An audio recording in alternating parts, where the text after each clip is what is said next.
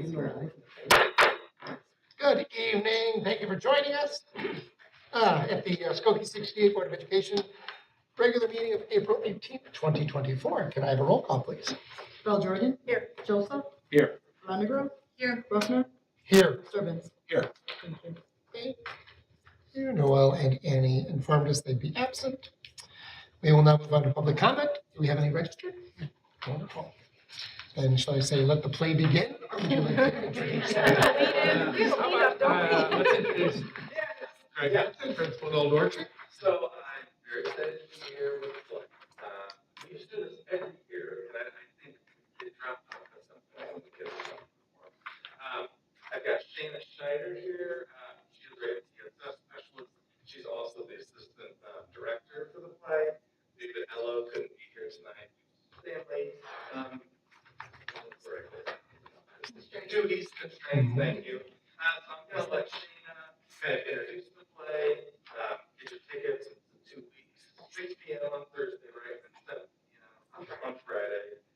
Shayna's just going to help kids introduce themselves and give us a little background about what the play is. That's why I stand up for first. Yeah, go ahead. All right, so our play was written by Mr. Ello, our drama teacher. He wrote this all by himself. It is a story based on Peter Pan and Tinkerbell and Captain Hook. But as they're going through their kind of adventures, they run into a little problem. Captain Hook has stolen, what has he stolen? The clock. The clock from the TikTok clock. And this clock is magic, and it can transport him through a fairy tale book into any story he wants to go to.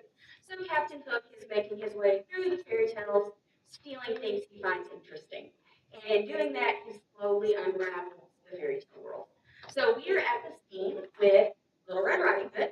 I'm going to let our actors introduce themselves, tell you their names, their grades, and what part they're playing. Please don't.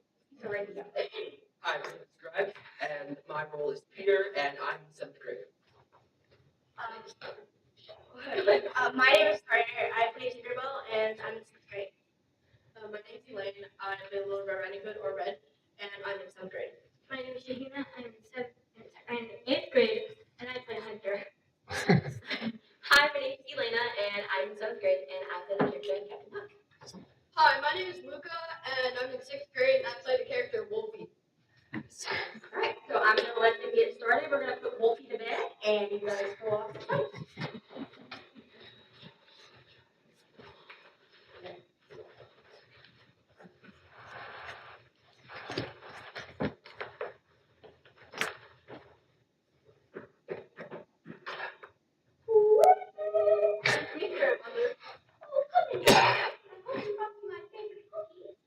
Just the way I like them. Oh, you want to do good for me, idea. Granny, you don't look too well. Oh, come closer and you'll see them just fine. Oh, Granny, what big eyes you have. Better see you, my dear. And Granny, what big ears you have. Better see that sweet voice. And what big teeth you have. The better to eat to it. Never fear, her husband's here. Not so fast. Who are you? I'm the driver with the sweet tooth. Husband lives that beneath the nut. And you find out. Sorry, Red. I never said anything about the big tires and knee part.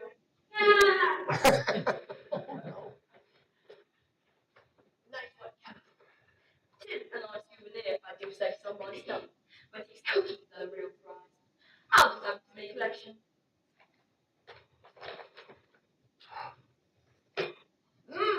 Delicious.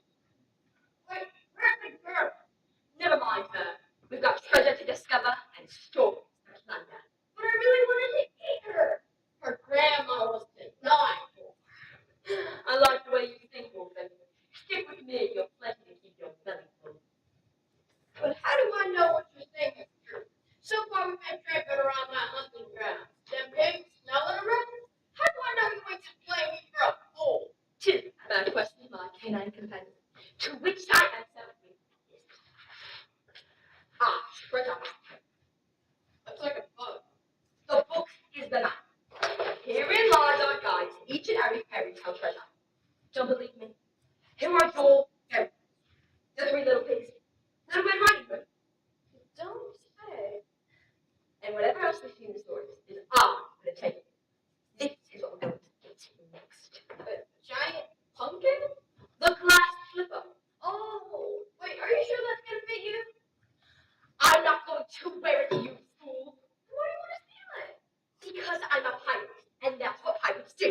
And there's no pizza head to stop me. Who's Peter? Nobody. Once upon a time, there was a girl named Cinderella.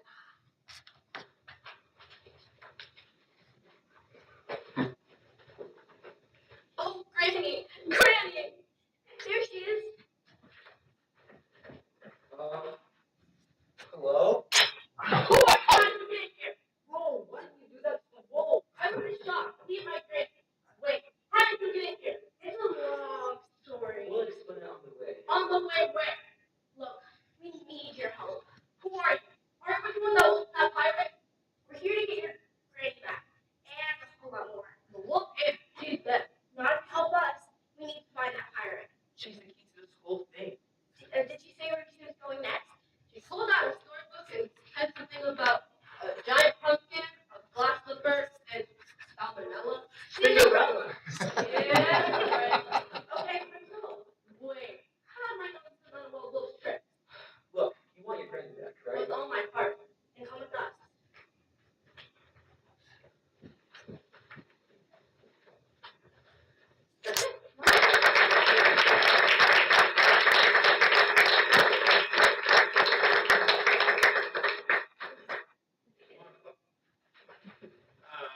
So part of the reason I wanted to come is because we usually have done this in the past. Also, just to thank the board for continuing to support the arts at Skokie 68. But I also wanted to go across the kids because I know that each of them has different levels of experience in drama. And we always see this as kind of a great experience to get kids focused. And for other kids who have done a lot, to really be able to be a part of a team of 68 kids. So we'll start off with you, Shahina, and we'll move down the line. We actually practiced introductions before this, which is why they were thrown up, because they were all lined up by height. So, remember, how are you enjoying being in the play? Right? This is your first time being in the play, and do you expect to continue to do that? Hey. Hello. Yeah, how do you like it? What do you like? I like it a lot because I get to be someone else, like not really. And all the 3 plays I've been in, I get to be like the funny character. So that makes me really happy because I've always wanted to be an actor. I've been in 3 plays and I hope to continue my plays. Very good. Play. So far, I am liking the play a lot. Rehearsals are fun. I kind of wish there were more often. But so I've been in. This is my 3rd play. I've been in last year's and one when I was like 5. It's really fun. I actually last year I also got the character I wanted to be and this year, so it's really fun. And I think I'm gonna do more theater in like high school. I really enjoy doing the play here, and I get to connect with all my like classmates and peers. And this is my 6th play, and I really want to continue doing theater. So I enjoy theater a lot. It makes me more comfortable. And this play is just really amazing. It's really fun. And it's really fun. I've done 2 shows here at OJH, and I think I've done 14 shows outside of the theater. But I'm gonna do more plays because when I was a child, I also wanted to be an actor. So yeah. One of my favorite parts is similar to what Shahina said. I really like getting to play with someone that isn't me at all. Last year I did play, and a lot of people came up to me backstage and were like, "You're completely different from what you play on stage," and I always thought that was really fun. And like I said, I've only been in 2 plays. This is my 2nd one, and I do look forward to doing more in the future. I've been liking this play a lot, mostly because I get free cookies.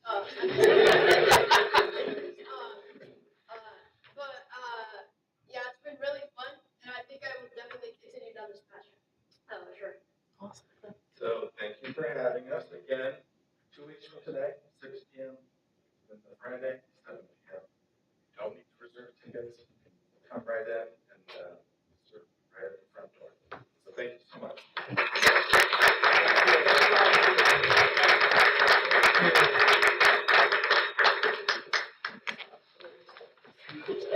I remember when my kid was in the Old Orchard play.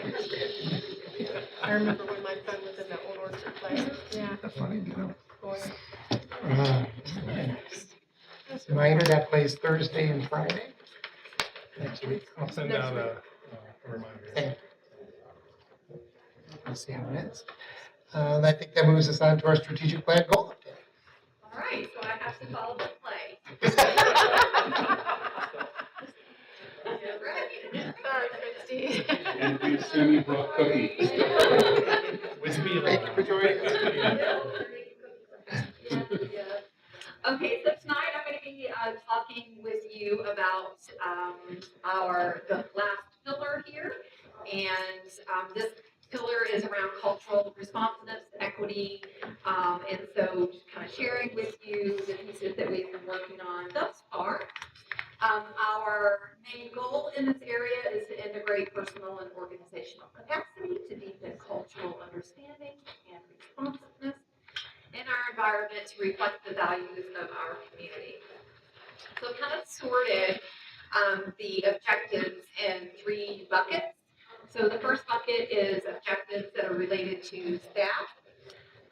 And so those include providing professional development on equity so that our staff knows how to better interact with our students and our families, developing strategies for staff to identify identity groups to which they belong, encouraging the formation of affinity groups for our staff, and proactively recruiting a diverse workforce when we are hiring, and then also mitigating implicit bias in the hiring process. So again, like in the past presentations, the bullets on the right are the things that we have been working towards. So we do host a DEI professional development session for all new teachers each August with Biz Ryan, who has done this work for us over the past number of years. We also have several schools who have book study clubs on DEI topics that are hosted by teachers and principals. We try to post all of our job openings, our virtual job boards. For example, the IRC is one job board that really tends to draw a diverse candidate pool. We have participated as administrators in some professional development and best hiring practices. And most recently, we have sent out information to our staff about the Illinois Teacher Affinity Group Facilitators Initiative, a mouthful. It's hosted through Teach Plus, which is an organization that is centered around elevating teacher leadership to promote equity for teachers and for students. And they are looking for facilitators of affinity groups. They have a pretty rigorous process for a teacher to become a facilitator. They pay a $2,500 stipend to teachers. And the purpose is for teachers to come back and form and run affinity groups within their own local context. So we have one teacher who that we know of so far who is applying for that position. And hopefully she'll make it through and we'll be able to get some affinity groups started in the district. Coming soon, we'll be putting out a staff survey around identity groups just to kind of create the list of all the potential identity groups that our staff could belong to. So then we'll know better how to navigate from that and what to offer. So the next bucket are objectives that are related to serving our families and our community. 3 objectives there. One is really about developing supports and connections for families. The second one is to continue supporting and promoting our EL Parent Center programming. And the third one is to promote our district definition of diversity and create a district equity statement. So we have many community partnerships that help us achieve these objectives. You can see those listed there. Obviously, partnerships with all of the Skokie entities. Also, the Meridian Therapy Group is another one. The YOU program that we host at Old Orchard, Turning Points, and there are probably others that I have not identified, but we have a nice community partnership going there. In addition to that, we sponsor a lot of family events and at different levels, different pieces of support. So our district art show is a way to kind of honor and validate our students' creativity and have families come in. We have community culture nights at our buildings. Every year, Old Orchard hosts an EL celebration for students who have tested out of the EL program, and it's really fun and moving to see. We have started this year, Karina and Deanna have initiated our parent university. So we've had one or two, we have one, I think, one parent university session. We've had two. We've had two. Pardon me. Yeah. Thank you. So looking to continue that next year and be thoughtful about the kinds of things that we're offering to parents on those evenings. And then obviously we have customized supports for our families through our coordinator of family services and engagement, Kiana Juarez. Of course, we are a big part of the ELL Parent Center and partnered with Sabita to think about how to support our families through her services. And then we're also part of the Early Childhood Alliance and Community Inclusion team. So trying to find all kinds of ways to really support our families and community. Love's going on there. The third bucket is related to teaching and learning, two objectives there, to identify resources that support the integration of world cultures into our students' learning, and then continuing to update our curriculum review process to make sure that the curriculum or programs that we're choosing are evaluated through that cultural responsive equity and inclusion lens. So some of the things that we've done recently this year, we have infused our classroom libraries with books that are written in our students' top 10 home languages. So we're able to use some of our title money and some of our ESSER money for that purpose. So every classroom in kindergarten through 5th grade between this year and next year will receive about 50 books that are in our kids' top 10 languages. So that's really exciting. We also use Culture Grant as a way to help teachers make connections to their students' cultures. Lightbox is another program subscription that offers a bank of reading materials in various languages that teachers are able to use with students. And then our district SEL committee, which actually just met again today, right before the board meeting, is working on integrating a lens towards cultural responsiveness, equity, and inclusion as part of decision making. So all of the pieces that we're working on for implementation next year, we're making sure that we have a critical eye to is this being responsive to all of our students, and what do we need to do to make that happen? So 3 big buckets, and those are the pieces that we have been working on so far. Any questions? Sure. I have a question on the staff piece and one on the curriculum. You can tell me which one you want me to send you first. We'll jump to staff. Okay, sure. And this is not a question that I haven't asked, previously, and I guess I would ask, and maybe this is a question, for our superintendent as well. We use language around proactive.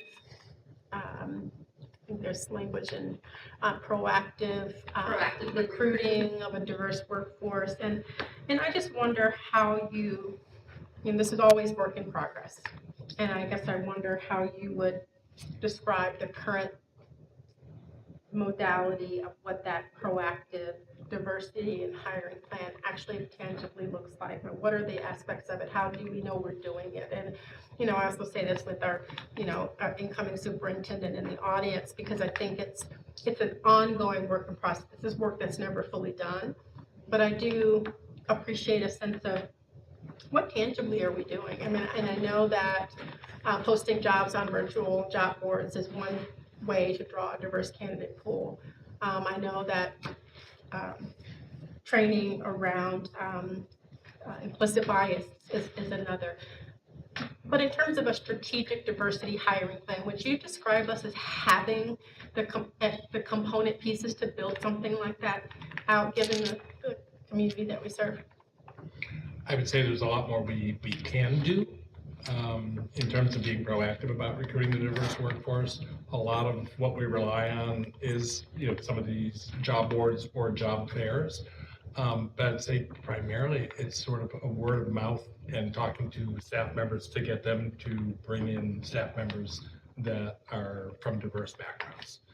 We've been able to do that through Sabiha sometimes, through her connections. For example, if we do have to hire an Arabic speaking teacher, we would probably go to her, talk to her. She speaks Arabic, taught Arabic at the MCC. She'd probably be a very good source for bringing in candidates that would fit that bill. So part of it is, depending on the position and what the needs are, we try to look and see who we can connect with. A lot of it's that informal connection base. I guess I was thinking aspirationally. What does it look like to have a diverse,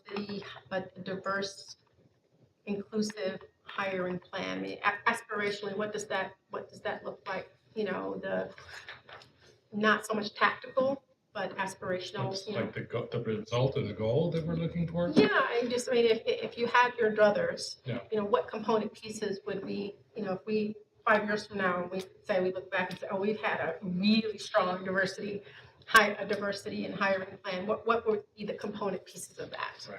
I guess I would look to one. The state of Illinois has expanded some of the diversity categories now in terms of the demographics. They've added a few more categories that help delineate a little bit better. It still falls really short of identifying all the different ways that people can be diverse and all the identity groups they can belong to. That's why we're looking at that survey to try to get staff to self-identify groups that might not be visibly identifiable by looking at someone. So, my ultimate end goal has always been to have our staff body essentially almost mirror our student body's demographics. If you talk about an aspirational goal, that ultimately has always been my goal. Aspirational because it'll take a very long time to be able to get there, because one, you get to replace staff when there's opportunity, and then depending on what candidate pools look like, you have opportunities to, in many cases, make diverse hires. In other cases, that's a little bit more challenging. A little more challenging recently since the pandemic. Our candidate pools have dropped dramatically. We're actually still in fairly good shape, but we probably get 25% of the candidates that we did, say, 10 years ago for a position. And we're a district that's in better shape in that regard. There's a lot of districts that are not finding candidates at all, and across Illinois, positions that are going unfilled all year. So the challenge is getting greater to hire anybody, really, much less diverse candidates. So a lot of work to go. Since when I started, I think we had 90% of our staff was considered to be white.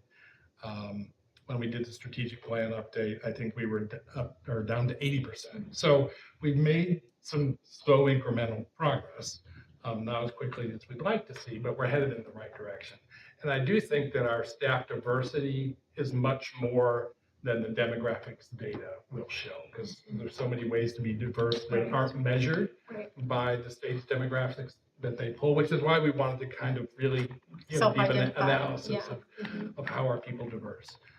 If you're from the Middle East, you would be called white before. Now you can identify as Middle East, or the state will identify you as coming from the Middle East region. Whereas before, somebody who speaks Arabic that comes from the Middle East would be considered to be white. And that would be reflected on the school's data or the school district's data. So no diversity there is basically what that communicates, which is the exact opposite of what's Right. really there. So there are some flaws in the reporting out. A lot of work for us still to do. The challenges are getting greater, and the amount of people coming out with teaching certificates at all has decreased, and there's a lot of competition for diverse candidates at the same time. So I hope to see the district make continued progress. I'd love to see it be faster than 1% a year. I guess I would say some progress is better than none. But I'd like to see it happen quicker. And ultimately, my dream has always been to look out across my staff and see basically my student body reflected in the staff. And diversity of lived experience, diversity in terms of able-bodiedness. There's so many ways that we can, think about that. And I'm at least slightly encouraged that the state is expanding its parameters around which we define, diversity. So my second quick question is just around, I'm sorry. I had a very similar related question to your first Okay, comment. I can sure. wait, but I didn't know. No, I was gonna shift to just a little bit about the kids. Go ahead. For both of you, again, more concretely, when it comes to expanding the diversity of the current staff, are there any concrete next goals you have? I think Jim, you might have mentioned a moment ago, there's more that we could do.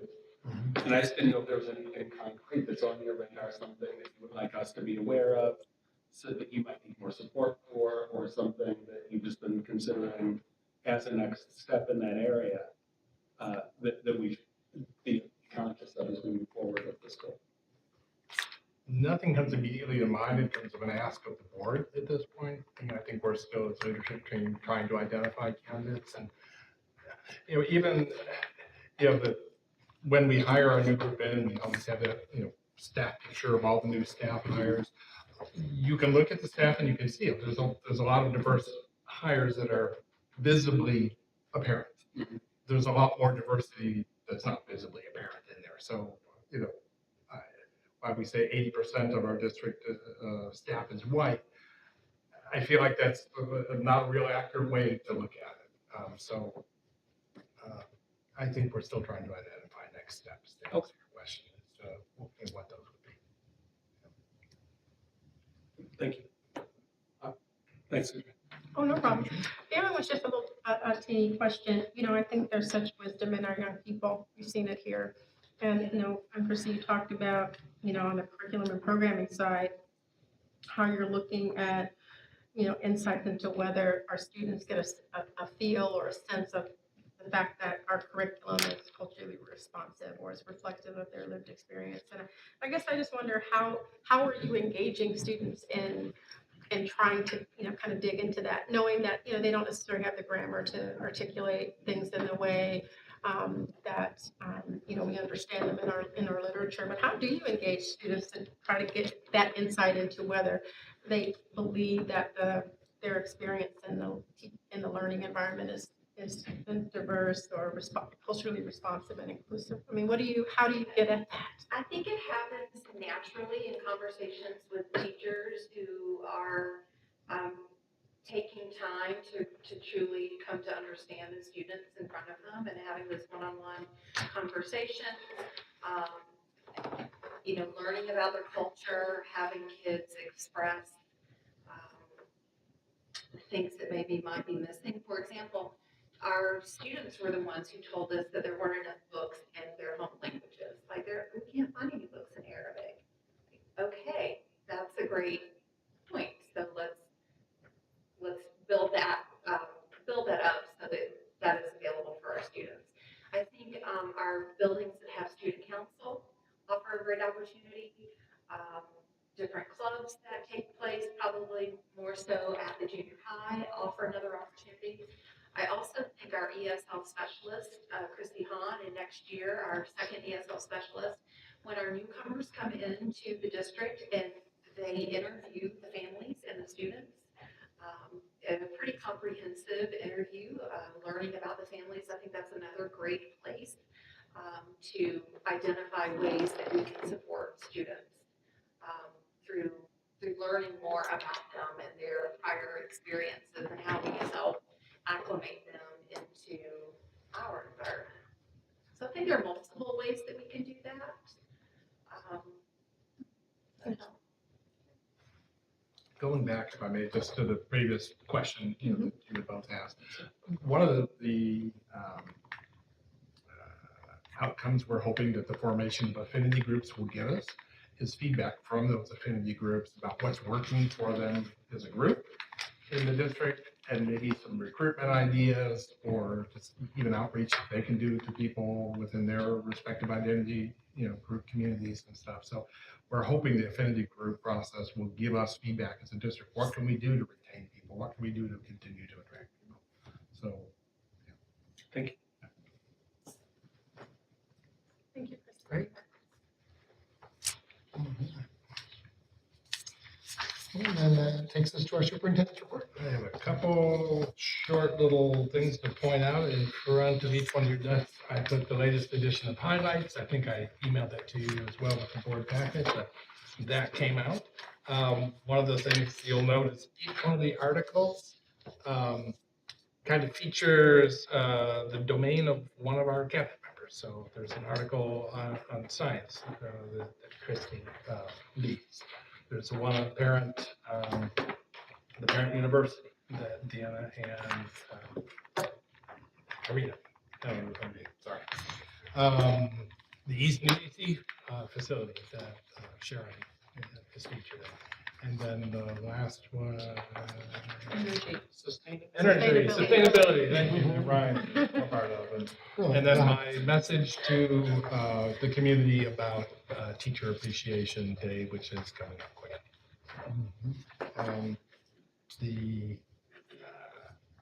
Additionally, besides highlights, we just had another architect meeting yesterday. I think it's our second to last one before they go out and start contacting the village. And we'll maybe come back in May and share the most updated renderings and the color schemes and some of the things there. It's very exciting. It's going to be absolutely beautiful. That process is moving along very well. Exciting. We also started and had the first meeting of our EL learning team last week. Got a very good start off on that. We did not get any board member volunteers for that this time around. Also, in the board memo I sent on Friday, I highlighted that the graduation at Old Orchard is on Thursday, May 30th. Yep.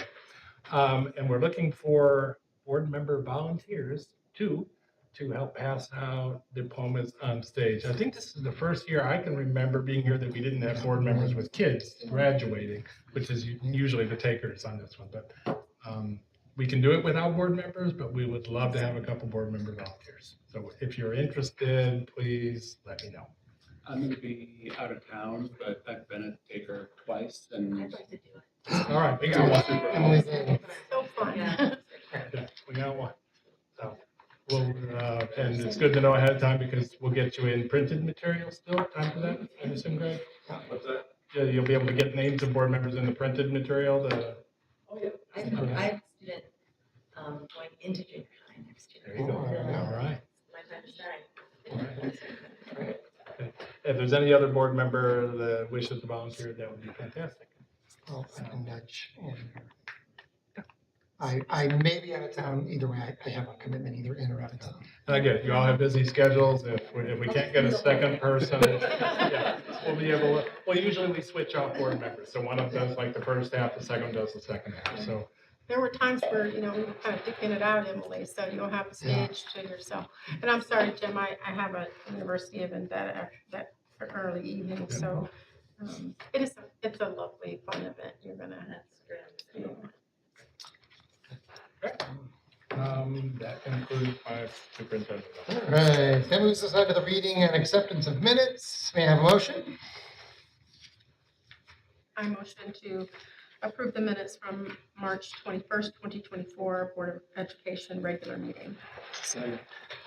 And I apologize that I didn't catch this earlier, but I don't know that any of us did. I did notice that Emily was listed as abstaining. typically doing that if somebody's absent, that they're abstaining from a vote? in the No, minutes? they're just listed as So she is listed as abstaining on the minutes. Okay.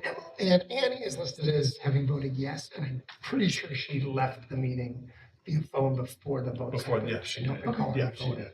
So I don't know, we can if we approve can- them with those changes? Yes, so if you can approve it, we'll make the changes. And that's my only note. Thank you. Okay. Yeah, just as I was signing, I was like, wait a minute. I don't think I have the brain cells to remember that, so I'm impressed though. Pass it on to Jeff. Now, Now you can. But yeah, we can go to a vote. Thank you. Joseph, yes. Renegro, Yes. Brooklyn, Yes. Urban, Yes. Bill Jordan. Yes.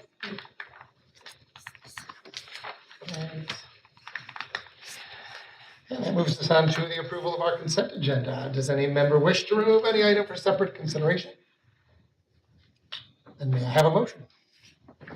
I motion to approve the consent agenda as presented, which includes the personnel report authorizing change of status of licensed staff, hire and change of status of classified staff, financial reports, pay orders and expenditures, and second readings of Board of Education policies, 7.7, 7.16, 7.190, 7.270, 7.285, 7.290, 7.345, 8.30.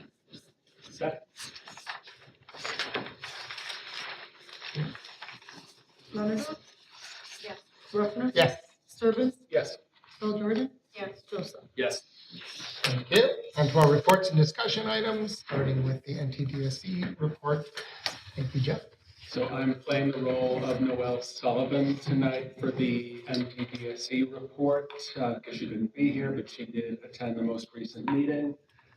All of the NTDSE families have now received invitations for the extended school year that will take place in June and into the beginning of July. They are very excited that after 2 summers that they've had to kind of punt because of construction, that they're going to get to host this at their program and not have to struggle with moving equipment, figuring out all the other logistics. So they're kind of over the moon about that. The Malloy students who are enrolled in the extended school year will have programming there. And then also they'll have some satellite programming at Todd Hall School, and they're going to be providing transportation as well. They gave an update on their strategic plan. They've been working on getting data so that they can track their progress for their own strategic plan. But one thing they were really tickled by is they had parent surveys regarding the individual education plan process for their students. And, you know, for the families involved at Malloy, that's, you know, long pole in the tent. And the parent surveys had 100% agreeing or strongly agreeing that the process felt seamless, supportive, and transparent. And when you're trying to provide special education services and you can get that kind of feedback from the families you're serving, you're doing it right. They've got some pretty exciting initiatives and partnerships right now.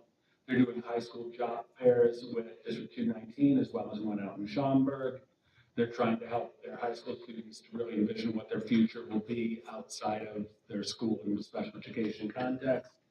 They're working on a couple of grants with both UIC and Oakton to expand mental health services and also the pool of future candidates for their own employment in their programs. They're in hiring season right now, and they have several candidates for both teachers and parapositions, about which they're very excited. And I'm just going to read this verbatim. Finally, in the spirit of making my reports more warm and fuzzy than your EdRed ones, what are you going to do? They saw a lovely video created, unbeknownst to Tara Kendrick, created by District 73, celebrating the NTDSE satellite classrooms in their district. Featured NTDSE and D73 specials, teachers and students, all collaborating in the classroom. Their principal and superintendent talking about the importance of that partnership, and most importantly, how it benefits the students. The children in particular, but also the teachers stole the show and just again, really was a humbling reminder of all the work that they do and we do. When I say we, I'm giving all of us on the board, I think, too much credit what the teachers and staff and the schools do every day. So it just sounds like it was a wonderful meeting. And then I got to go to the Ed Rep meeting. And I can move on to that unless there are any questions about the NTDSC. It was nice. Yeah, it never competes. There is some potentially good news. You know, there are several bills that I've spoken about recently that have been legislative priorities for EdRed.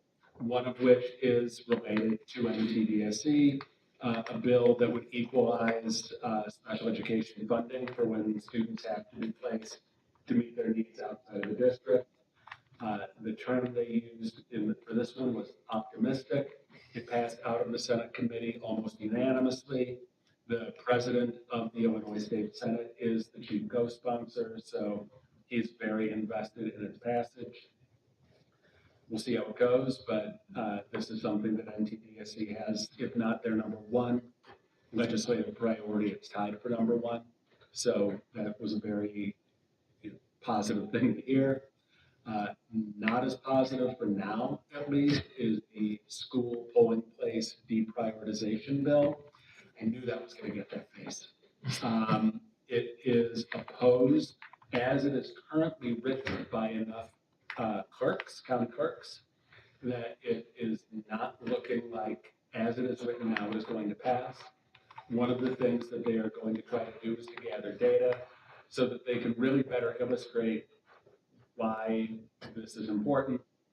For example, all the money that it costs to use the school for this particular primary, these are completely made up numbers for anyone that reviews this. They'd like to be able to go back to the legislature to say, we spent $80,000 so that 11 voters could vote at our school, for example. To be able to really show that this is not a cost-efficient way to run a school system or an election. And they know it, but they don't have the hard data. So it's not dead, but they are not as optimistic for this legislative cycle that they're going to be able to get enough support. And on a positive, the Supporting Newcomer Students Program, which again, we've had a number of districts in our area with the different increases in new arrivals to the district, really have to stretch staff, budget, everything to meet the needs of the families that enter their community. On that one, the term they used was cautiously optimistic. This is not simply an EdRed effort. They are coordinating with the Latino Policy Forum, Chicago Public Schools, similar entities to EdRed that are out of DuPage and South Cook. It is moving forward. It is not as clear as they feel it is on the special ed bill that it is going to eventually get past this cycle. But if you remember, this is something that was brought up for the first time a couple of legislative cycles ago. And the first time it did, you could almost hear the tumbleweeds rolling through Springfield. And people are grasping that this is very important to the viability of districts in our area. It is definitely getting thoughtful consideration, fingers crossed. And other than that, several other bills were discussed, and those are not nearly as high a legislative priority, or was there as concrete an update to give. So tune in as we get near the end of the legislative cycle, but that's where those stand right now. Thanks, Jeff. From beyond, Nicole's throwing shade. Nicole. Can we change her name? Can we vote on her name change? I'm not the only one having Thank you. I'm not the only one having name recall Rename issues. Noel. We've all done it. It's terrible of us. Apologies, Noel, if you're watching from wherever you are. All right, I believe we move on to our Board of Education policy first readings. Okay, so we have 6 first readings for tonight. I will just read them out. If anybody would like to ask questions or stop and discuss, let me know. 2260, Uniform Grievance Procedure. 227, discrimination and harassment. I do have a question on this one. Okay. Discrimination and harassment on the basis of race, color, and national origin prohibited. This is a lot of new language, and This is a brand new- Actually, the entire This is a policy is brand new brand new, it policy. did not exist before. Yeah. So. so I just want to just pause in this moment just to acknowledge that it is, are we considered as board members employees or staff? Because No. it does have action for No. anyone. Great, that was the question I had. 'Cause Okay. I wanted to question the follow-up, if we're not. We're gonna move along. Thank you. Another question that's simple enough for me to answer. There you go. 4165, awareness and prevention of child sexual abuse and grooming behaviors. 4190, targeted school violence prevention program. 510, equal employment opportunity and minority recruitment. 520, workplace harassment prohibited. Jim, you read out 5190, but I don't see it in our 4190. 4190, okay. I don't see it in our report, 4190. I see 4165, 510, 520. Oh, it I didn't don't make it. see 4190 in Yeah. there. We have 5 in our first reading, but not 6. So 4190 is not there. We'll bring that one back to I first just happened to reading. notice Yeah, it. Yeah, that's I'm okay. We'll bring that sorry. one back to first reading Yeah, I next, apologize. I next should have, month. I didn't Yeah. see it until today. No, good catch. Thank you. So we'll bring that one back to first reading. Yeah, Jim, just before we move on, it isn't really a question, but with 4165, awareness and prevention of child sexual abuse and grooming behaviors, it's kind of tying a few thoughts together at once here.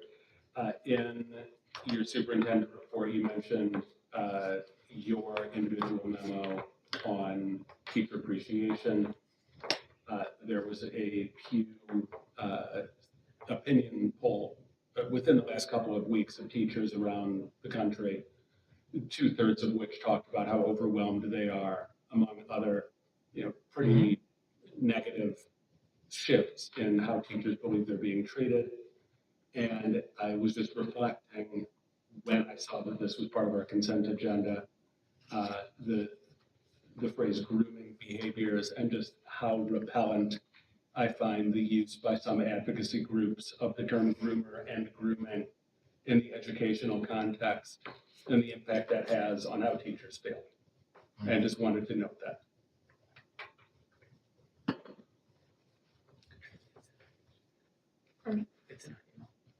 Yes, but it's just not, it's in our email, but it's Just not not in the report. in the- Yeah, It's yeah. not- No, it's not that's the why I board. noticed that. Yeah. it's missing. Yeah.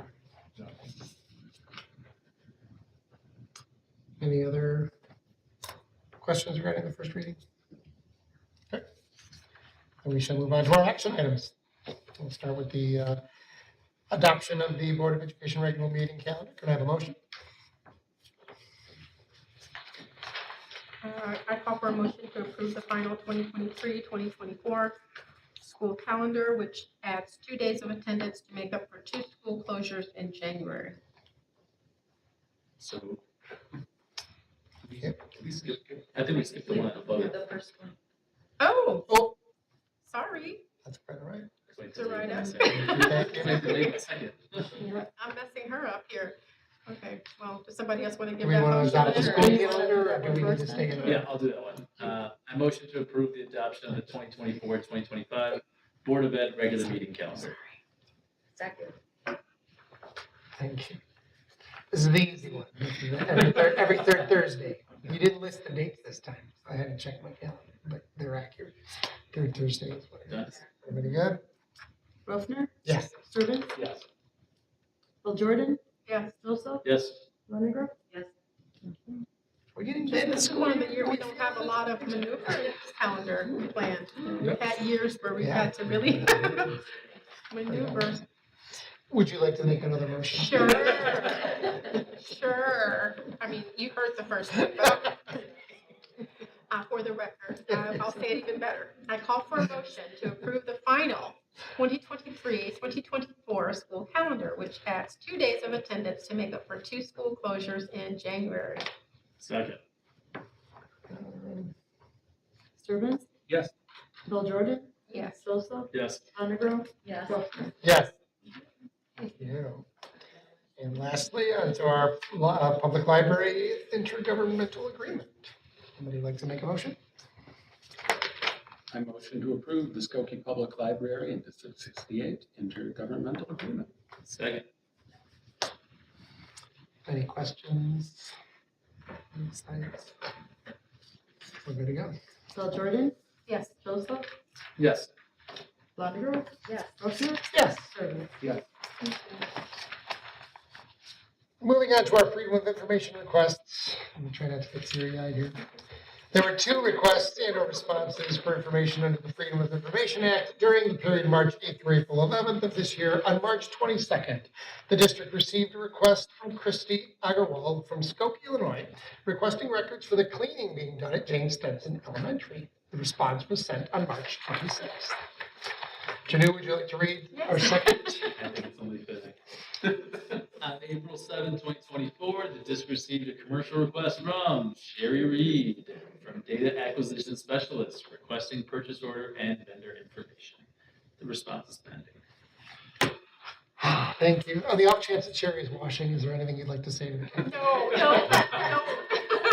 Or is there anything else you'd like to say? Let it go. at this time? Yeah. I'm just gonna have to read this. I don't know if I can just kind of go with it. So, Mr. Ruffner and the board, please accept this letter as my formal resignation from my position as board member of Skokie School District 68. I will be leaving my position effective today, April 18th. Thank you for the support and the opportunities that you have provided our students during these past 5 years. I was very fortunate to work with an amazing board. And I've become a much stronger administrator due to the unique experiences and relationships I was able to build in this district. The board welcomed me in from the beginning, and we were able to do some great things in terms of PLC work, as well as supporting our diverse population during the pandemic. I could not ask for a better district to grow up in and raise my kids in, and I will miss everything this district has to offer. I'm leaving the board due to leaving Skokie. This district and community have given me an amazing education, and this has been my home for 37 years. I was so blessed that my daughter was also able to be a student at Highland Elementary. I took this job because I wanted to give back to this district, and it's truly been an honor to work with a board that is so dedicated to providing the best opportunity for our students. I can't say enough about how friendly and professional all my board members have been, and I will miss this district and community I was so fortunate to be a part of. I wish you all well, and District 68 continued success in the future. I actually move out tomorrow. My house closes on Monday. And not only am I leaving Skokie, the only house and home I've known for 37 years, I'm also leaving Conan High School, which has been my home for the last 4 years as an administrator. So I will be the assistant principal at Maine South High School next year. Skokie has been everything to me. No matter what happened, no matter where I went, going to Purdue, going out of state, Skokie will always be home. And being on a board with the amount of educators, with the amount of passion that you all have had, I mean, I couldn't ask for better colleagues and friends. And it has been weighing on me. Even getting the new house, and as a dad, you do it for your kids, but there is that selfish part of me that does not want to leave. So for Dr. Grant's coming in, you have an amazing community here that I know you will truly appreciate.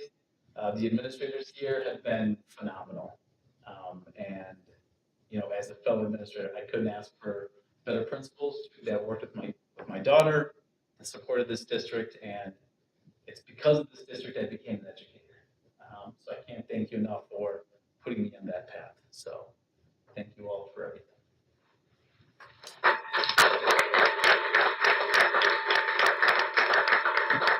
Thank thank you for your time. You, I think outrank most of us in time served in the district.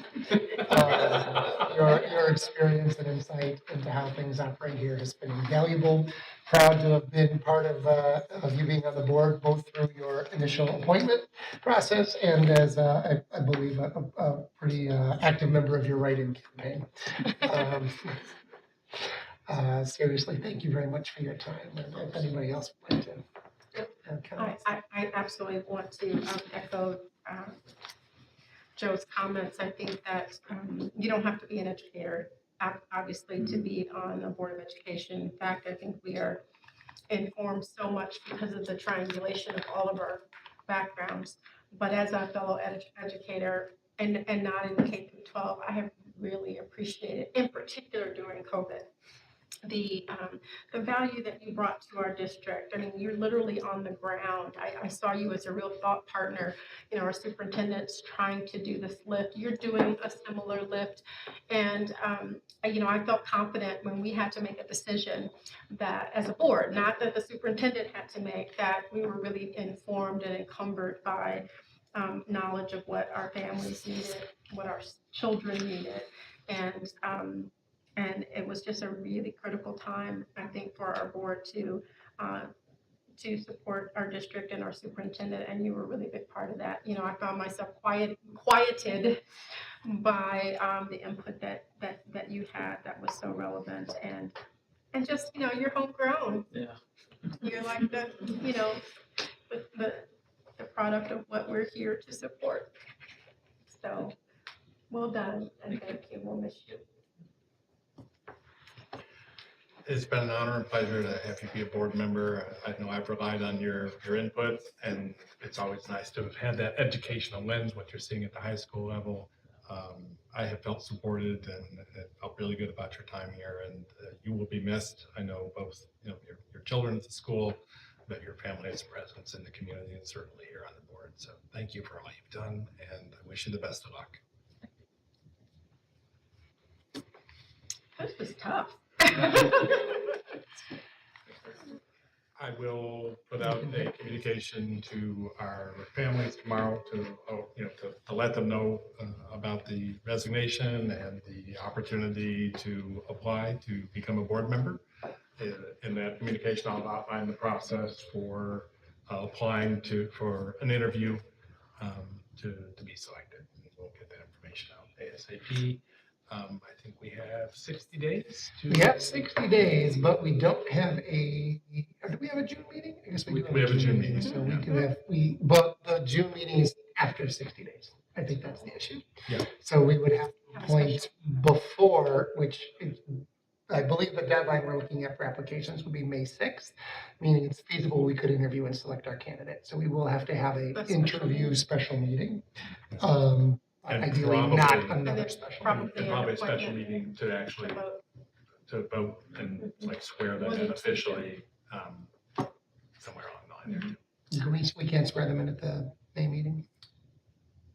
Oh, we could if it's done by May. Yes, yes. That's the big if. Yeah. So that's what we'll see if that times out. I think we'll have to do a Saturday. It's closer. Yeah, if it's not the May meeting, we need a separate another special. Exactly. That's where that happens. So. Junior didn't want to leave us with 2 meetings. So. I'm trying to make his wishes come true. I'm gonna call Sherry so she knows we're meeting. I was so excited when I saw that Sherry was on your last meeting. You know, we have to post the meeting, so she may have a parting gift for you. If there is no further business to come before the board, I call for a motion to adjourn. So moved. Second. Right. Bill Jordan? Yes. Joe Skokie? Yes.